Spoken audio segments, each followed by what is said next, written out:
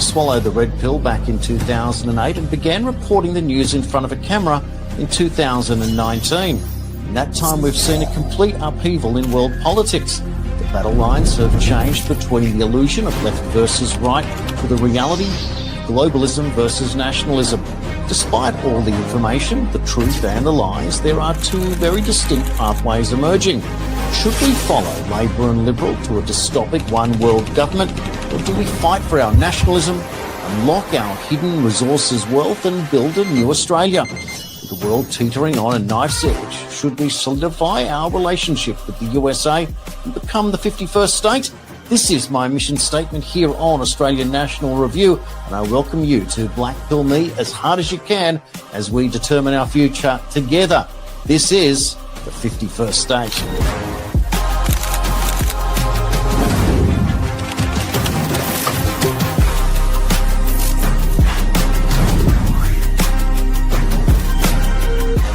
Hello and welcome to the 51st State. This is episode number 17 of the only show in Australia that is exploring other ideas.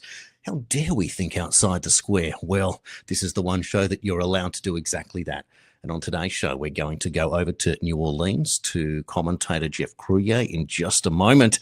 And we're going to get stuck into all things that are coming out of the United States, whether it be Jeffrey Epstein, the economy, or many other things that are bugging us at the moment, artificial intelligence, for an opinion, an idea and perspective filled with facts and details that we will understand a little bit more about what's going on. And do you believe that Donald Trump is pulling the strings on Epstein in order to promote a certain narrative, or has he kicked an own goal? I tell you what, whatever CNN tells me, I kind of think the opposite, and we'll get into that a little bit further. But also to keep an eye out for is the Independent Media Awards that are coming up this weekend on the Gold Coast.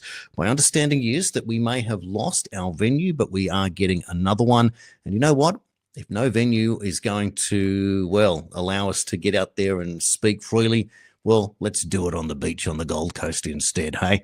Well, that's what I think about this whole idea. It's not quite right when anyone thinks that they have the power to censor another. This is not freedom. This is tyranny. You don't have to be right. But provided that you are not inciting violence, then what's the problem? Let's talk, let's debate. Political commentary, political discussion should be protected under the Australian Constitution. And in many ways, free political speech is implied in our Constitution. So what's really going on here? It'd be nice to know what's happening. And I tell you what, in the world of AI, who knows what the lawyers are going to do in the future when all that case law you can get for yourself and take them on. That's interesting, isn't it? Well, we're going to take our first break, and when we come back, Jeff Crouere on the other side. You're watching the 51st State.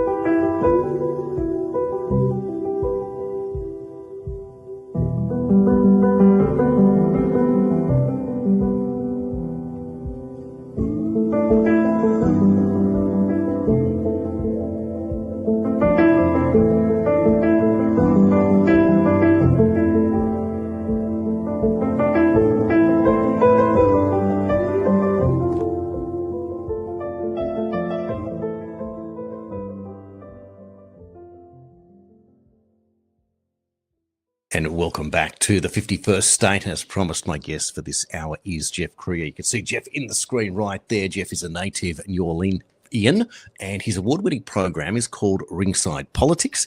It airs Saturdays from noon until 1 p.m. nationally on Real America's Voice TV network at americasvoice.news. Weekdays from 7 to 9 a.m. and 6 to 7 p.m. on WGSO 990 a.m. at WGSO.com. He's a political columnist, the author of America's Last Chance, and provides regular commentaries on the Jeff Crouere YouTube channel at crouere.net. For more information, you can email him at jcrouere@gmail.com. And with all that out of the way, Jeff Crouere, welcome to the 51st State, all the way on the other side of the Pacific. Great to see you. Good to be back with you, Jason. Thank you. Well, Jeff, it's been a little while, but I tell you what, so much has happened since we've last spoke. Of course, I guess last time we didn't know if we would ever see Joe Biden's term in office ever end, or be found out, if you will. And then we get to an amazing election of 2024. Obviously, we've seen what's happened since. If you were to give a report card of Trump's 6 months so far, how might you explain that? Right. Well, I think it is a more seasoned, a more experienced Donald Trump. He's learned from his first term. I mean, he had a lot of people around him in his first term that didn't believe in MAGA, didn't believe in his agenda, and really sabotaged him. I mean, he was poorly served by a lot of people. And I would start with the vice president on down. This time, I think he made it really important to bring loyalists on board, people that support his agenda. And he really hit the ground running, knowing that he had to make up for 12 out of the last 16 years that have been Democrat rule. He had 8 years of Obama, 4 years of Trump, 4 years of Biden. And remember, the first term of Donald Trump, he spent the whole time defending himself and the whole time dealing with fictitious investigations and harassment, and of course these impeachments and all the other things that Democrats threw at him. So he had a hard time really getting his complete agenda through. Still, it was a magnificent success. So now this term, it's just been, one fast-paced executive order followed by another, big, beautiful bill, followed by trade deals and peace deals. And he's really been firing on all cylinders. So it's been a great start. Makes a difference, doesn't it, when you have 4 years in between to realize what went right, what went wrong. Now, many people thinking that the Trump presidency has been a plan all along. But when you see the difference, as you explained there, the loyalists that came in, and the extension of that was when he named Matt Gaetz as his first Attorney General. You couldn't get a more loyal person at that point. But it felt like that when Gaetz left his position in the House to take on the role, and then, of course, had to withdraw from the Attorney General, you're then wondering what kind of moves and counter moves are being played. Was Gaetz being called out perhaps for, an indiscretion or an accusation with this relationship with this young lady, etc., which seems to have been a little bit of blackmail more than anything else. But then there was the cloud, right? But Gaetz has been a loyalist all along. He set up his own podcast, doing very well. Right. And then there was talk just the other day with the whole Pam Bondi thing in terms of the Epstein, which we'll get into a moment, that maybe he was being called back. And so what I'm trying to say is that there are certainly loyalists, but there also seems to be a much bigger play here as he navigates the pitfalls of his platform in the beginning, which was to drain the swamp. And it seems that we are like heading headfirst now into a real drain the swamp episode. This seems to be all coming to a head at long last. Right. How do you see it? When he ran the first time, he had three slogans, Jason. It was lock her up. He didn't lock her up. Build the wall. He got the wall partially done, but remember, he had to do that on his own because Congress didn't help him. He had to find the money on his own, which is just amazing. He was able to do it. And then the other one was drain the swamp. And of course, he was not able to get that done in the first 4 years with all the obstacles that he faced. So he's, I think, committed to get that done this time. We're talking about finally getting rid of the Department of Education, which is just a massive bureaucratic mess. Doge, when you had Elon in charge, were coming up with all kinds of cost-cutting moves, getting rid of employees that were not doing anything, cutting agencies that were wasting money. So, yeah, I think we're still – the thing about Trump is, and I went back and I watched his first speech as a candidate because we just had his 10-year anniversary of when he got into the race in 2015. And the themes that he talked about in 2015 when he decided to jump into the presidential race are the same themes he's got today. And there's been an incredible consistency in Trump's messaging over these 10 years, despite the opposition and despite all the roadblocks and hurdles he's had to overcome.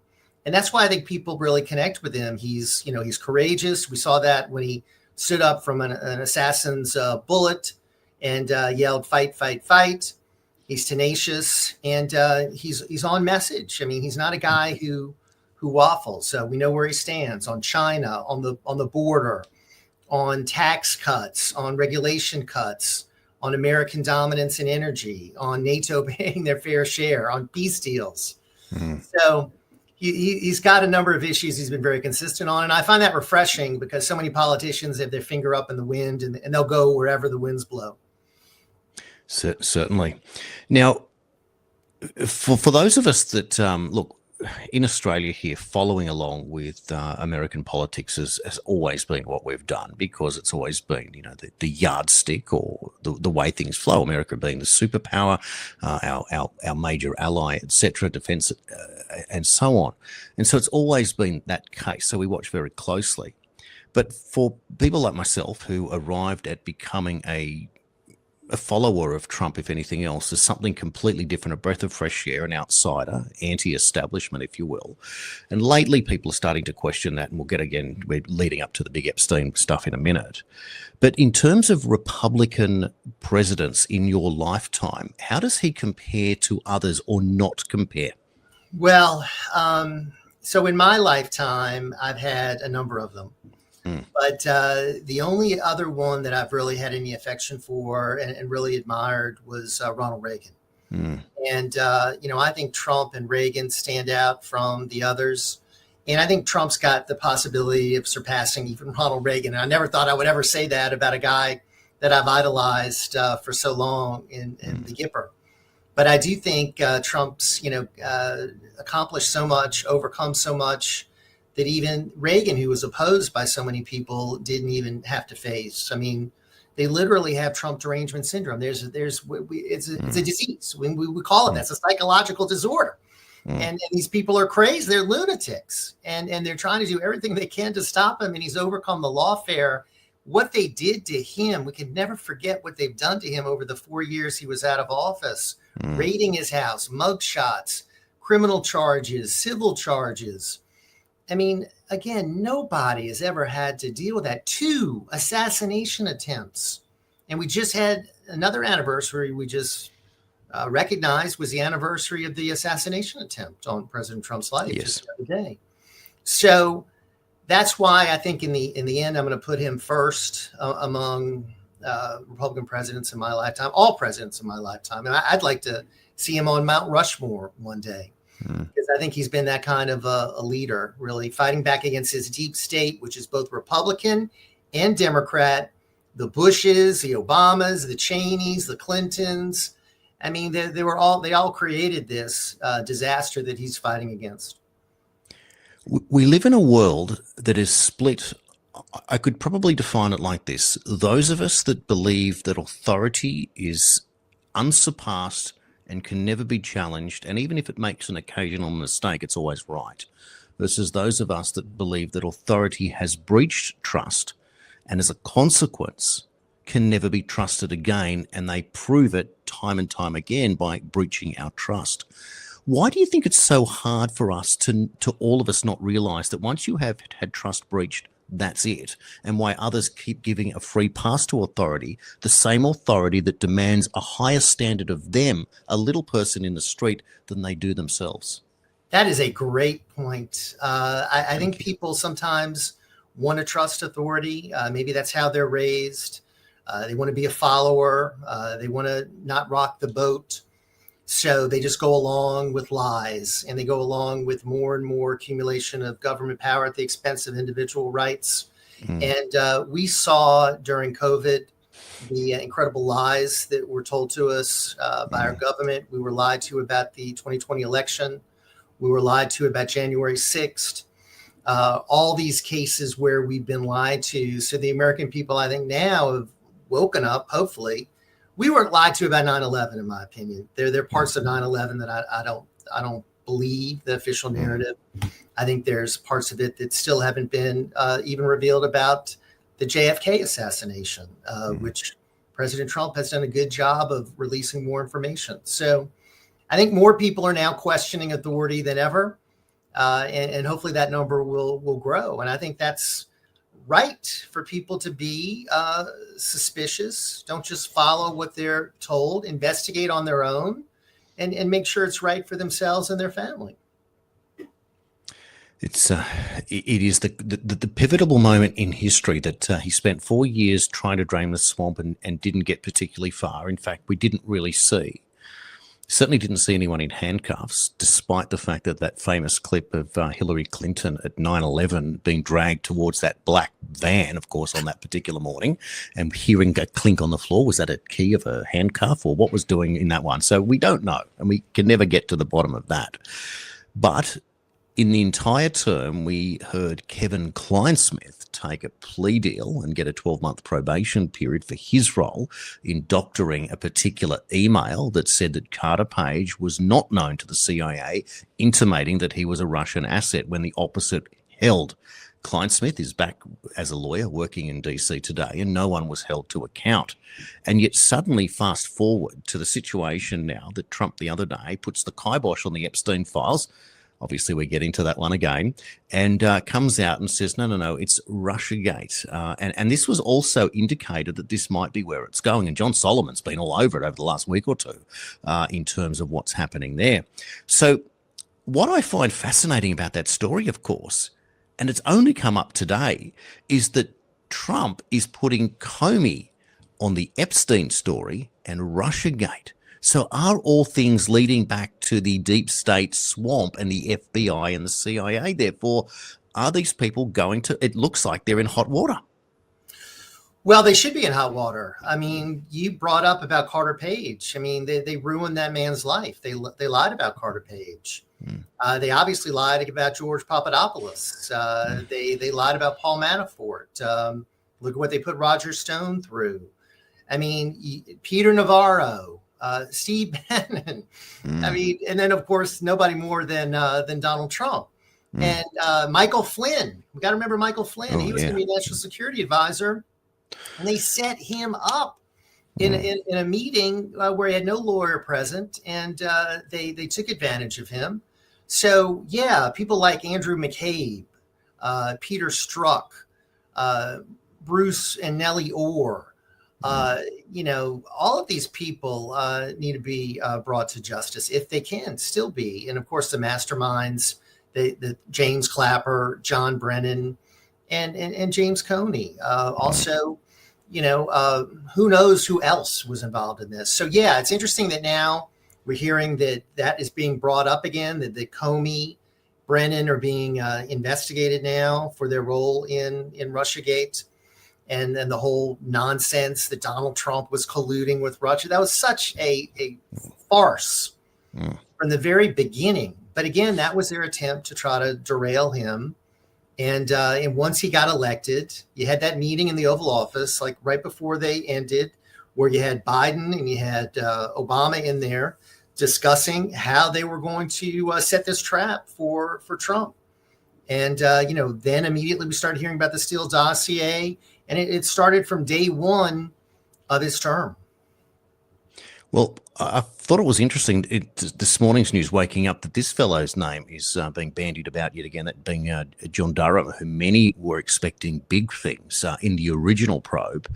But of course, this has been laying some sort of groundwork about what's going on. Now, what I'm like to do is I'm going to play you a quick clip now from John Solomon with Hannity. We'll come back and we'll have a chat a bit more about what's happening. Here we go. But what I'm reading in your piece tells me that starting with Russia, and the Russia hoax, all the way through Jack Smith, We're talking about every incident of weaponization used against Donald Trump and how it could be part of a broader, grander conspiracy theory, a conspiracy that actually took place and law breaking involved in it. And that also the statute of limitations would not be applicable in this case as a result. And this would include names like Comey and Clapper and Brennan. Take it from there. Yeah, and Barack Obama, too, because he was in on these early meetings. So what the FBI has done is treated the last decade of weaponization, all the great work that James Comer has turned up through his oversight committee, and put it into a timetable and said, this looks like an ongoing conspiracy, a wash, rinse, repeat cycle of Democrat gets in legal trouble. Hillary Clinton in her email case, Hunter Biden with his taxes, Joe Biden with his classified documents. They're let off the hook even when there is extraordinary evidence suggesting they shouldn't be left off the hook. And then a parallel track occurs where the Republican, in this case Donald Trump, is investigated falsely for things like Russia collusion, Ukrainian interference, his own documents at his home in Mar-a-Lago. This is a criminal conspiracy. By treating it as a conspiracy, you eliminate the 5-year statutes on individual crimes. If something happened in 2016, but it was part of an ongoing conspiracy that continued with Jack Smith raiding Donald Trump's home at Mar-a-Lago, it can be charged in the larger conspiracy, even though if you tried to charge it in an individual case, you wouldn't get it. Furthermore, you could also change the venue. Remember the troubles John Durham had bringing prosecutions to Washington, D.C.?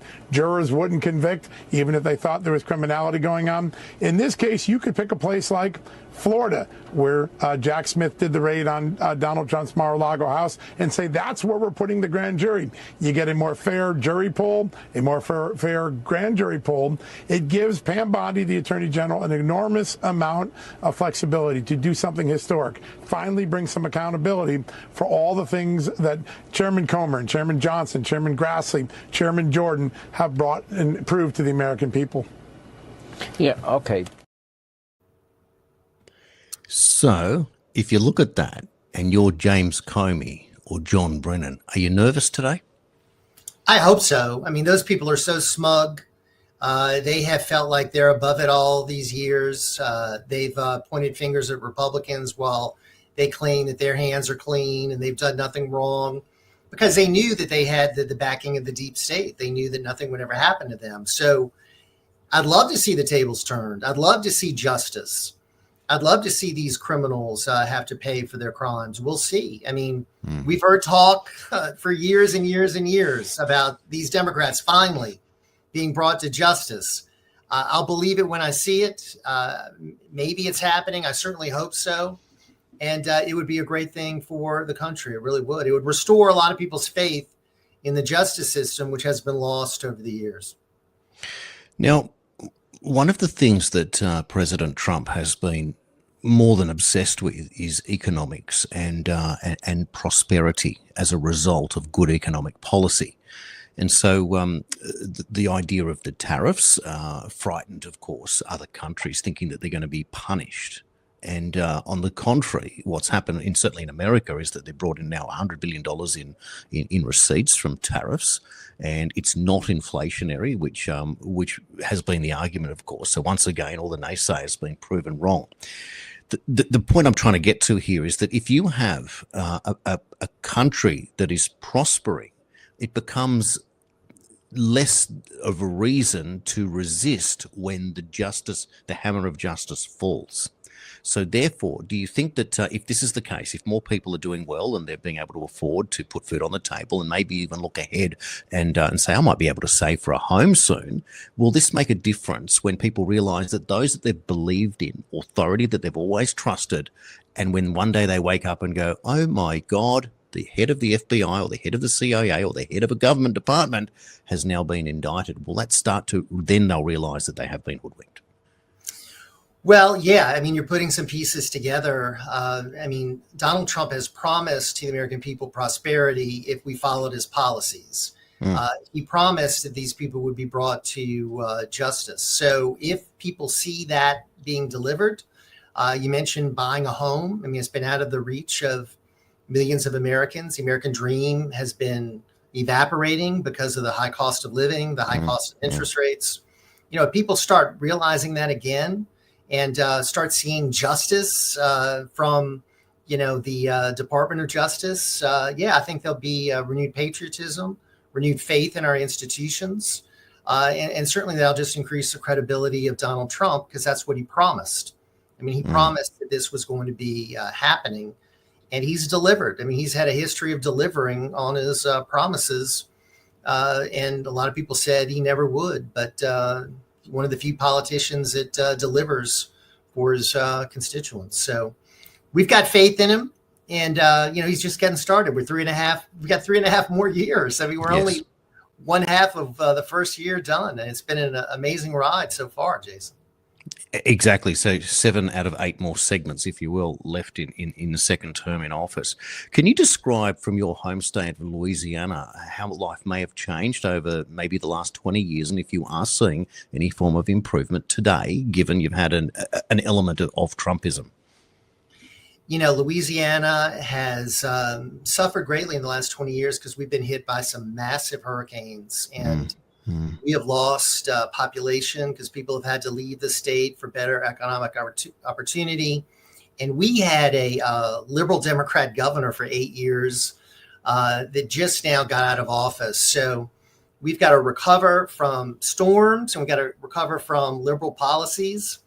And this is a red state. I mean, this is a Republican state. It's incredible. We had a liberal Democrat governor. So we got a lot of work to do as far as Louisiana, rebuilding our state, bringing people back. The way you bring people back, in my opinion, is to make it prosperous for people to live here. Lower taxes, reduce regulation, lower the cost of government. And, that's what we're trying to do, and make this a state that can draw retirees, because people are fleeing the blue states. The blue states are run by these liberal Democrats, and they're being run into the ground. They're crime-ridden. There's so much poverty. So Louisiana needs to position itself as a state that can attract these people that are fleeing New York, California, Illinois, and looking for places to move to. And Louisiana is a great state. We have a great history, great traditions, great food, festivals. We've got fun people here. We just had some really bad policies that we're trying to rectify. There's something very similar in what's going on with these blue state governors that in the era of woke. I'll paint you a picture out of Australia. In 2013, it came into effect, the National Disability Insurance Scheme from Julia Gillard, the Australian Labor Prime Minister. And this was a great scheme on paper to be able to, at long last, be able to provide the necessary care and support for those people that are considered disabled. Now, you fast forward a dozen years, and we now have 1 in 10 young boys on the NDIS in Australia. How is that possible that 1 in 10 children, male, can be disabled? Now, to paint a picture, you may have different types of disabilities, and some people who claim to have real disabilities can't get on, and then there are others that you're saying, well, how did you get this? I spoke to an individual recently who was working in the NDIS, and he was one carer. And one particular client that he was employed to look after had 5 carers on 8-hour shifts on a given day. So he had 2 in the morning, 2 in the afternoon, and 1 overnight. And when you calculate it on an average of a $40 an hour salary, that's $1,600 a day multiplied by 7. You're over $10,000 a week just in support staff for one human being. Now, in Australia, the average income is around $75,000 a year, Australian dollars, and you pay about $12,000 to $15,000 tax. So if you extrapolate, you need 100 human beings, full employed, to pay for one person on the NDIS. Now, it all sounds very World War II, the way I'm going here. But what I'm talking about is that it is entirely unsustainable. And what's worse is that if you are brought up in a society that teaches you that you are a victim, or that you are disabled, or there is something wrong with you, this is cultural Marxism. This is the idea that we're all oppressed, that there's something wrong, and that the white person, you and I, are the ones to blame the middle class person. Now, as far as I'm aware, we've all worked our backsides off our entire lives to get anything that we've got on our plate. I'm circling back, I suppose, from the economics of it, but Do you see that in society, that you can vote red federally, blue at a state level, and what are people expecting? That's where I'm going. What do they expect from their blue governors that they realise they can't go and they've got to go vote back Republican when Trump is in power? What do they think? Well, you made a lot of good points about what I think has happened to the work ethic in a lot of the Western countries. And I think people have become more and more dependent on government. And I think there are a lot of people that are claiming disability that frankly are not disabled. And there's some that are disabled that can't get on disability. And I know of people like that, which is very frustrating. So you have a mentality here where government's going to take care of all your needs and government is going to be there. That destroys the work ethic. That destroys the private sector. And I see changes coming under Trump because the jobs that are now being created in his first 6 months are private sector jobs. We're now not seeing the explosion of government jobs, which we did under Biden, which we have for years and years. It's more people working in the private sector, which is very, very positive. And I think that's what the red states offer, an opportunity for businesses to grow. The blue states, have this government mentality where government's going to take care of everything. Bring us all of your illegals. So they want the illegals to come there. They want to put illegals on government assistance so they can get higher numbers in the census. They can get more representatives in Congress. It's a scam for the Democrats to get more power, to flood all their states with more illegals. Now that we're trying to remove them, there are protests. There's violence. There's politicians claiming that Trump is being Nazi and a dictator. And all he's doing is sending ICE in, Immigration and Customs Enforcement, to remove violent criminals and illegal aliens that shouldn't be here. They broke laws to come here. Many of them have criminal records. They need to go. And these Democrats, they're incensed that we're actually deporting people. They can't believe it. They want more and more people to come here, and they want more and more people on government assistance. How is this going to work economically? They've never made it work anywhere, Jason.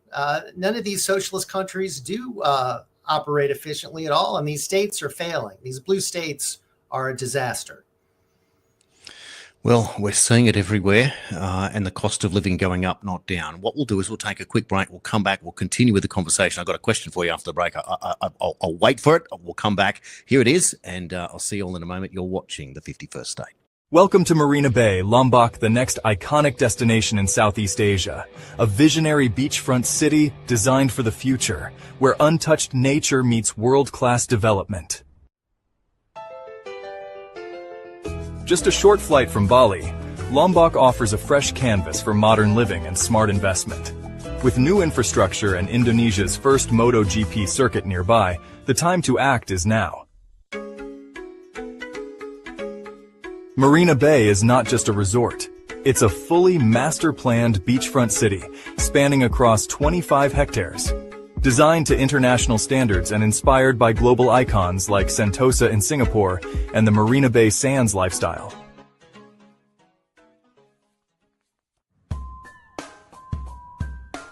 At the heart of Marina Bay lies our world-class marina built for lifestyle, leisure, and convenience. Dock your yacht, catch a sunset cruise, or arrive by sea to your own private jetty. Unlike Bali, Lombok remains clean, open, and poised for explosive growth. Government-backed tourism zones, high-rise zoning, and Western-style planning make Marina Bay a rare opportunity for first movers.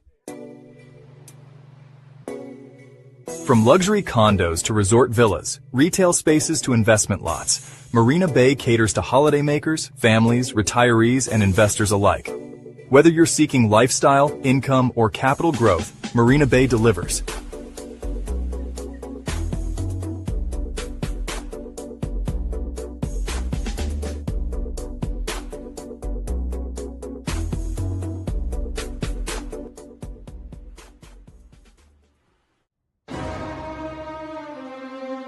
Designed for a balanced life, Marina Bay will host an international school, co-working hubs, cafes, restaurants, spas, and world-class wellness centers, all just steps from the beach.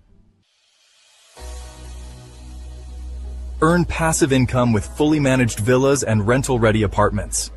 Our investment options are backed by realistic forecasts and proven regional demand. Join our early investor program. Secure the best pricing, exclusive plots, and be part of something extraordinary from day one.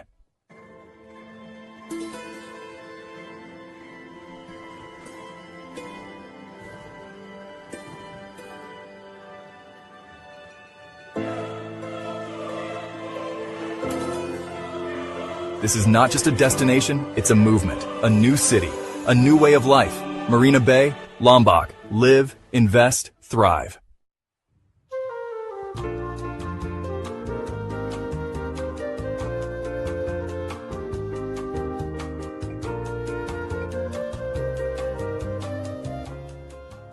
And welcome back to the 51st State. My guest this hour from New Orleans, Jeff Crouere. Jeff, I wanted to ask you a question before the break, but before I get to that one, you are the jazz capital of the world, and you would have thought that that would mean unlimited prospects for people and to be able to visit, to watch and to enjoy and appreciate good music. Is that still the case, or has that changed? We've got great music venues. So we have a lot of talent here, a lot of great musicians and artists. So we still are a mecca for creative people, and there's still good places you can go and hear jazz and enjoy culture. And I'm proud to say that the crime rate is actually going down, and it's safer for people to come visit. Now, of course, we did have the terror attack on New Year's, where you did have 14 people killed by Islamists who was an advocate of ISIS who drove a car down Bourbon. But hopefully those kind of security mishaps have been tightened up, and we're not going to have that again. But yeah, New Orleans is known for food, known for jazz, known for our culture. And it's still, I saw it ranked the other day as the number 2 tourist attraction in the whole United States. Well, there you go. It's certainly on my list to come visit, Jeff, and I can't wait to get back to the US and see it. But I didn't think that it was possible in the Biden era, and I wouldn't even want to have done it in the COVID period just the same. But it needs a spruce up, if you will. Where I was going before the break, I think it was Jasmine Crockett that came out, and she was defending what she called was the illegals, and she came out with the most ridiculous and shameful comment where she said, "Who's going to pick your fruit if you don't have illegals?" Now, hang on a second. Is that not a slave class? Because you, who are on benefits, voting for my party, expect somebody else to pick your fruit and sell it to you cheaply. I can't understand the psychology of that. Have I picked up on something, do you think? Yeah, no, I think you're right. She has made those kind of comments. For one, they're inaccurate. For two, they're insulting. And three, I'd say they're racist. Yes. And she makes these kind of comments all the time. I mean, Donald Trump was talking about her today as, having a very low IQ along with AOC. And I think he's 100% right. I mean, they do both. They talk a lot. They get a lot of media attention. They say controversial things, but they're certainly not rocket scientists. He challenged both of them to a cognitive test. He said he took one. He wants them to take one. As far as this whole narrative that Americans won't do certain jobs, there was a story recently of ICE going into a meat packing plant, and they found a lot of illegal aliens that were there. So they arrested dozens of them. The next day, this meat packing plant had a job fair because they had all of these openings, and it was inundated with people looking to work. Citizens, Americans, taxpayers that were looking for an opportunity, looking for a job. So I don't believe the narrative that we hear all the time. Americans won't work. Americans won't take these jobs. If they're paid a fair wage, I think they will. Well, Jeff, that's why you're the expert, because you can pick up on the details that the mainstream media doesn't want you to let us know, and that's so powerful, and that's a testimony to all of us here in the independent media, sticking to the facts and working out what's going on. Now, when it comes to facts, I don't think that there is a bigger story that has confused people, and this is where we're going to talk about the masterful Donald Trump in what we're calling, or what we know as the Epstein files. What I'm going to do now is I'm going to play you a quick clip. This is Trump today being asked about Pam Bondi yet again, and there are some other clips that we'll play to develop the story as we go. But take a look at Donald Trump just today. On Epstein, of the review of the files, Attorney General Pam Bondi. A very quick briefing. Did she tell you, what did she tell you about the review, and specifically, did she tell you at all that your name appeared in the file? No, she's given us just a very quick briefing, and in terms of the credibility of the different things that they've seen, and I would say that, you know, these files were made up by Comey, they were made up by Obama, they were made up by the Biden, we went through years of that with the Russia hoax, with all of the different things that we had to go through. We've gone through years of it, but she's handled it very well, and it's going to be up to her. Whatever she thinks is credible, she should release. Wow. So he's just put Comey into the Epstein files as maybe playing with it, and now Russiagate. And I'll just give you this one, Jeff. This has popped up today. So we've now seen Kevin Spacey release the Epstein files, all of them. For those of us with nothing to fear, the truth can't come soon enough. I hate to make this about me, but the media already has. And Nikki Haley released the Epstein files, and let the chips fall where they may. This is why people don't trust government. You can never go wrong with being transparent, redact victims' names, but release the rest. I can't believe the hypocrisy. Kevin Spacey, of all people, who walked when his witnesses died mysteriously, and rumoured to have been the only person to have been kicked off Epstein Island for being too nasty. Go figure. You know, and then Nikki Haley, who, of course, is a Trump hater and a never Trumper and a rhino and a neocon, and I could give her all kinds of names. And that was an example of a bad appointment Donald Trump made in his first term. He made her UN ambassador, gave her a platform where she then ran for president. So, yes, all these opponents of Donald Trump see an opportunity. They see this as a chance to get him. And I think in the end, this is going to be turned around where they're going to have egg on their face. And he knows more than we do about it. He probably knows exactly what she has to work with. And I think in the end, you know, he's going to come out looking good. And a lot of these people are going to come out looking foolish. I think there will be something released. Obviously, this thing has been in the news now for so long. The base is demanding it. The MAGA base is demanding it. Something will be released, and we'll see what happens. But those who think Donald Trump is going to be implicated, I mean, that's ridiculous. I mean, if there was anything on Donald Trump, don't people think Joe Biden would have released the files if it implicated Donald Trump? He did everything he could to try to stop Donald Trump. Of course he would have done that if in any way Donald Trump were implicated. Now, Trump is the master narrative changer, always has been, the greatest tweeter probably in history, if not the greatest citizen general, and possibly will go down as the greatest American president of all time if he's able to achieve his agenda. But the ability to get your opponents to speak about what you want to speak about is something else.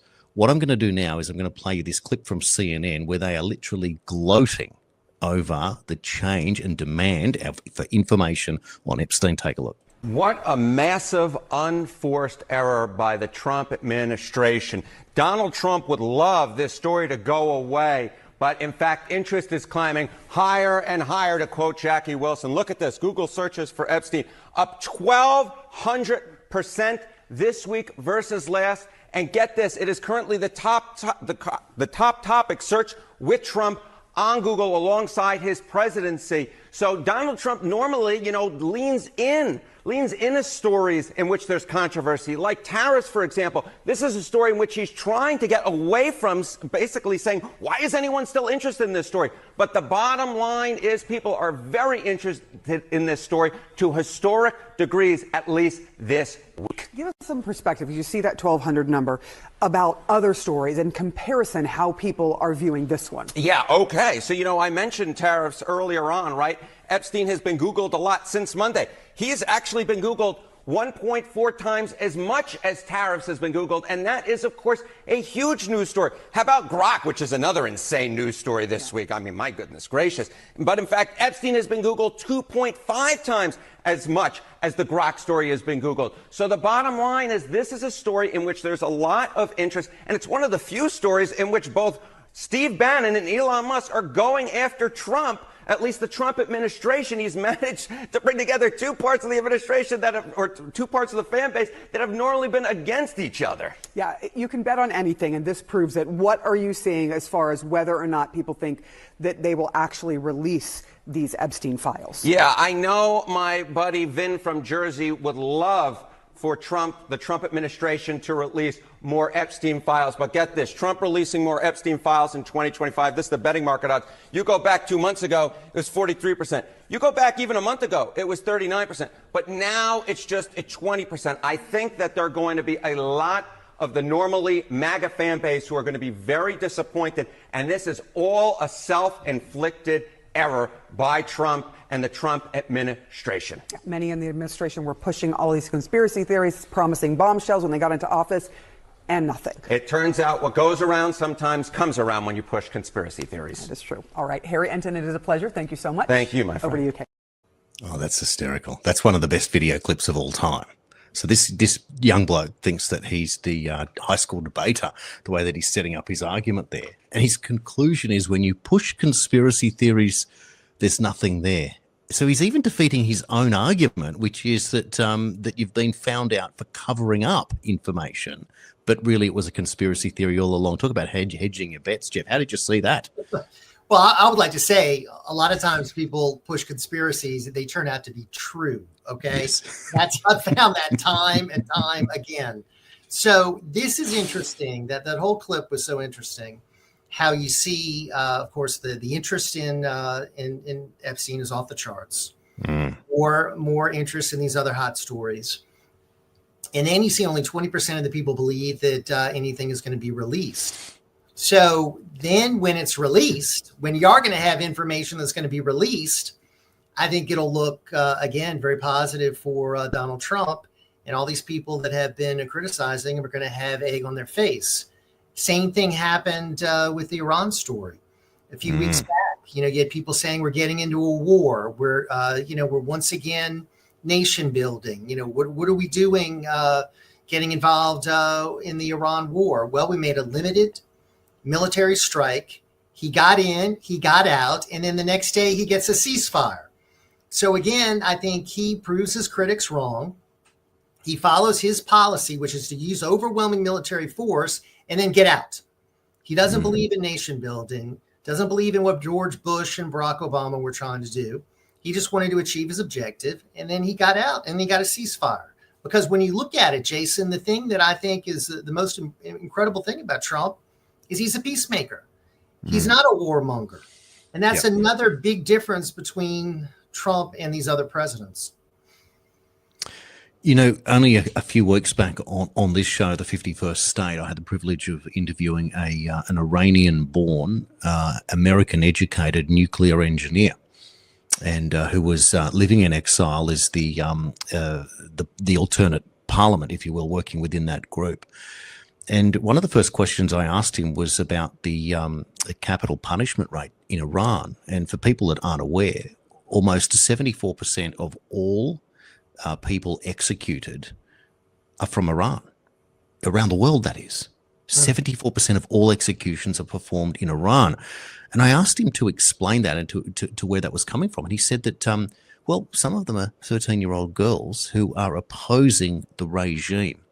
And so this is the other part that we don't understand, because there was the idea that the talk of regime change to come from within. But when you consider that, what I don't get is that if your own country is only getting a small turnout at elections, some 30% or something like that are actually voting, you've got a real problem there. So supporting a regime that is dictatorial like that and executing at such a rate can't be normal.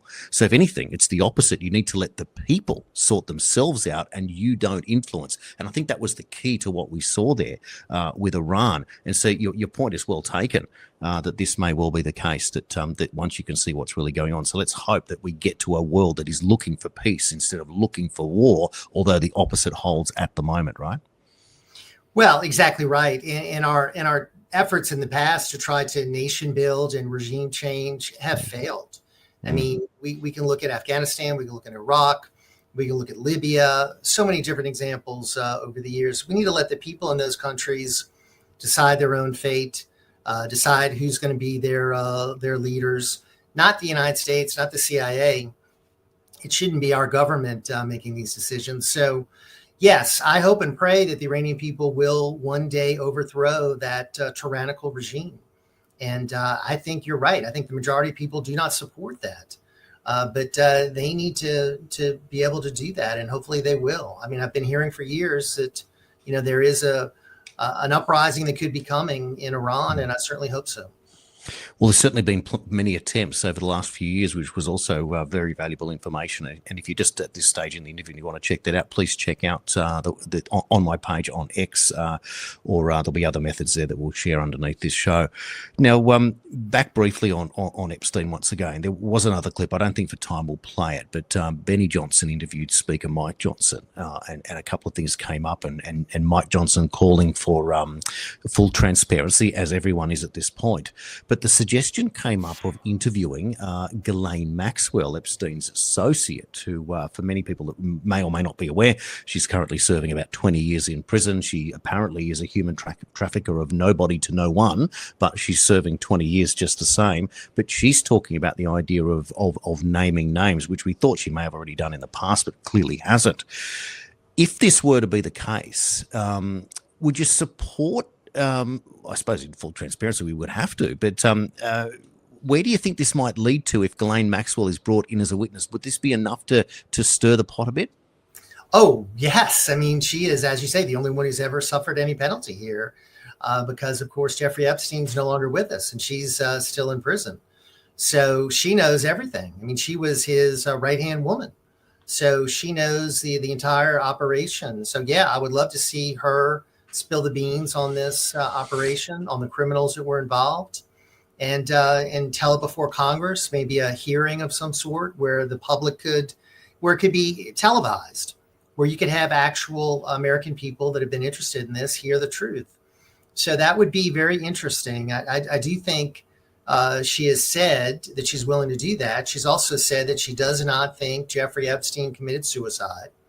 And I agree with that. I don't think he committed suicide. And I think the majority of Americans don't think he committed suicide. Neither does his brother, his attorney, and renowned forensic pathologist Michael Baden, who examined the body, said that the injuries were more consistent with a homicide, not a suicide. And of course, what they released to us was a tape that had a minute missing and then didn't even include the area in front of the jail cell from that wing because, of course, the cameras were, quote, not working. So there you go. So the suggestion that it could have been another prisoner inside those walls that could have gone in there and been involved, etc. The injury on the neck doesn't match the instrument that he was meant to have used to take himself out, which was a sheet. It looked like it was a wire. The side-on view of his face, his nose has a slightly different shape. One's straight, one's bent. I thought, Jeff, just to put it right out there from the very beginning, I thought when first photo I saw back in the day, six years ago, I thought it was Tony Rodham on that gurney. That's how far I went down that rabbit hole, because Tony Rodham only died within a month or two earlier than Epstein, and he never had a funeral. When the announcement came that Tony Rodham had passed, I was waiting to see whether there'd be a funeral, who would attend, etc. There's no funeral. You can look up today online. There's nothing. No report whatsoever. They have a very similar, I mean, Tony Rodham was a bigger man, but they have very similar facial features, similar eyebrows. And I tell you what, the reason I thought this was that if that were the case, and they swapped him out. Which there's a very interesting post on 4chan. This is how far I'm going down this rabbit hole, suggesting that he may have been swapped out. But if you put Rodham's body on that gurney, you're telling the deep state you are gone. We've got everything now at this point. Epstein's been flopped out. We've got Rodham's body. You don't know anything about it, and that's Hillary Clinton. You are in a panic mode. So that's just how where I'm looking at this. I agree with you. Just none of it adds up. And what is also fascinating is that with Bongino and Kash Patel turning up and talking about the what they read, they said that we'll have looked at the evidence and he killed himself. But that evidence, the suggestion now that it's been manipulated, Trump's saying it, literally is being manipulated. Right. If they're going off face value, isn't that the first step to prove that evidence has been corrupted if we get to that stage, and therefore everything the FBI has done is now in jeopardy, cannot be believed? Yes, and I say that they're not giving us a full story on this. They're not giving us a full story on the assassination attempt. You've got Ron Johnson being stonewalled. I mean, he's trying to get information about that. So even though there's a Trump guy as director of the FBI, you got to look at all the different layers beneath him. And I mean, there's still people in there that are, not Trump supporters, and that they don't want the transparency that the president wants. They don't want the truth to come out. So it's an incredibly tough job to try to revamp these agencies with people that we can trust. It's not going to happen overnight. Now, a couple of quick ones to cover off on. One is artificial intelligence. And look, he who controls the AI seems to be the one with the power. And I was fascinated when Trump came out very early along in his term and said a $500 billion investment. And he brought in Oracle, Larry, I forgot his name. Ellison, that's right, and Sam Altman, who I know is not a fan of Elon Musk. There's no love lost between those two. And Sam Altman, Tucker Carlson put him in the frame for murder in a recent interview. I don't know if you saw that one with one of his staffers. That was a big story. So again, what I'm looking at here is that when you look, we put all these pieces together in artificial intelligence. Grok is all over the place. Grok 3, Grok 4. I spoke to John Eastman last week on this show, and I asked him about AI, and he said that he was looking up. He said it was valuable from the point of view that it can find case law, it can find things very quickly, but the particular case that it presented to justify an argument against what he said about birthright citizenship, he said was plain wrong. He said, and then I went back to the AI and I challenged it, and it agreed with me and said that it was wrong. So there is the point. Looking at AI from your perspective, are you using it in any of your research, and are you afraid of it, or are you feeling like we have to work with it at this point? I mean, I am using it in a limited way. I mean, I'm using it for some research. Obviously, some people are using it in dangerous ways. I know someone that seems to have developed a relationship with AI. I mean, it's scary. Yeah.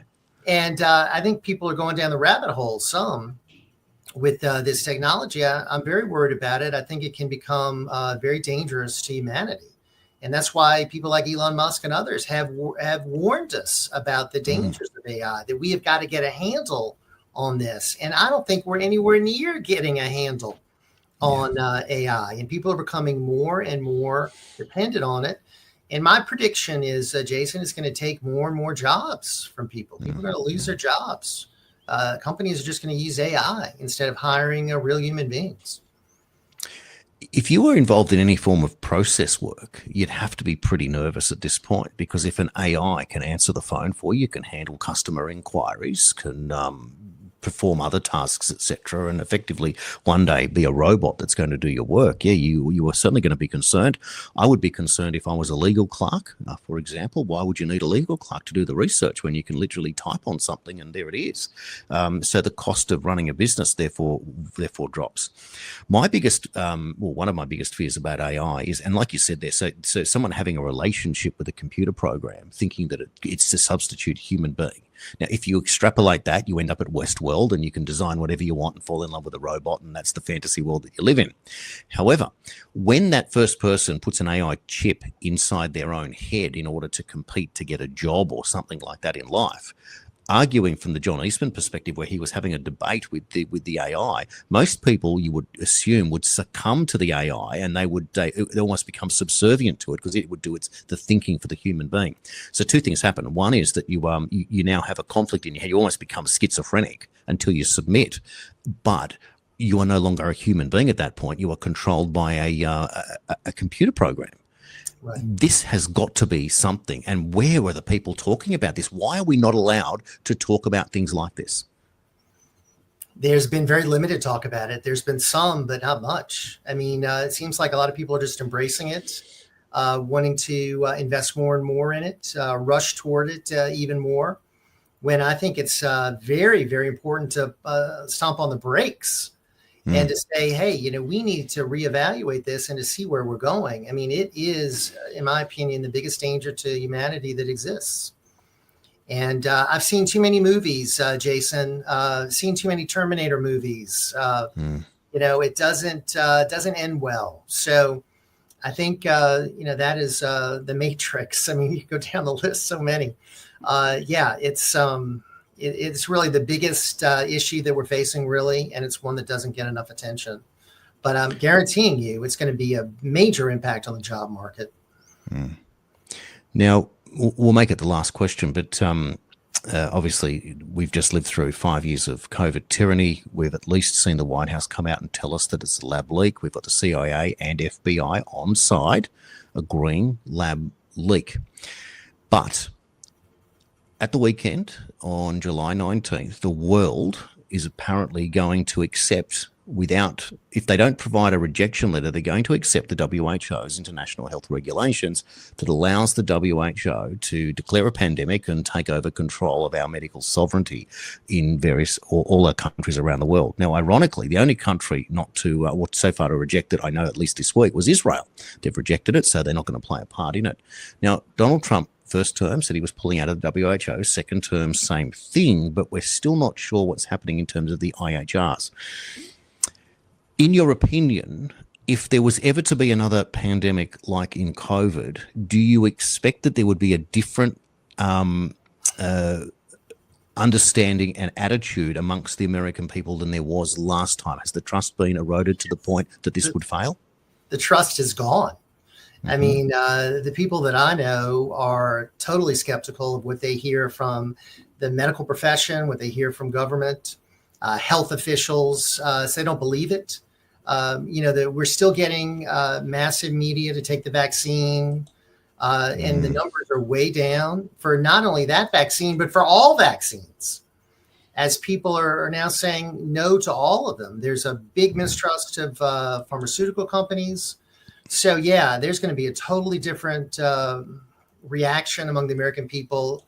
And let's hope and pray there's not going to be another pandemic anytime soon, because what we lived through was an incredible nightmare. I mean, just a nightmare of epic proportions.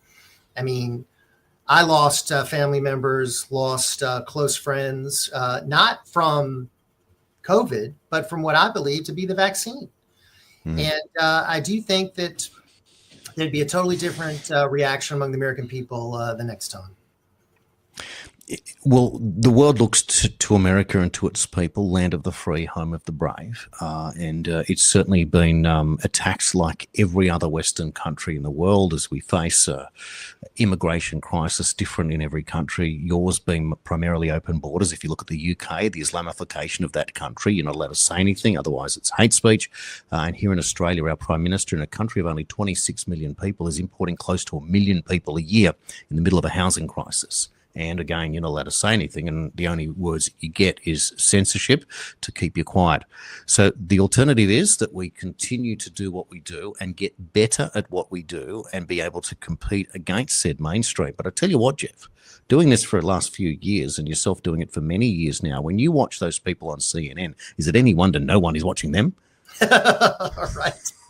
Yeah, I mean, I remember the day when CNN used to be a respected network. I mean, I remember when they had real journalists and both sides presented. And then sadly, they lost their way, and now they don't get anybody watching. And you know what? Neither do really the network news broadcasts or the Sunday morning shows. People are free to find news sources, programs like yours, programs like mine, that they trust more. And that's been a very positive development, I'll tell you. Yeah, well, absolutely. Well, Jeff, I've really enjoyed speaking to you and catching up with you once again. I'll put up some details once again on the screen for you, Crouere.net, Crouere.net. And you can also email Jeff at jeffcrouere or jcrouere@gmail.com. You can check out his work on americasvoice.news and also listen in on WGSO.com. Jeff, I thank you again for being on the show today.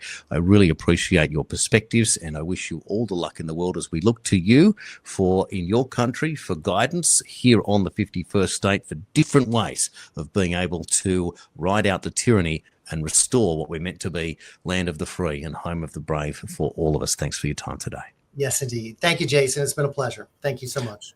Terrific. Well, on that note, thanks, Jeff. We will end the show here. I'll see you all in the next one. Don't forget the Independent Media Awards this weekend. Not sure where the venue will be due to some shenanigans going on over there, but check it out. And you can also tune in and watch it on the stream, anr.news. That's where you want to be. Thanks, everyone. See you again next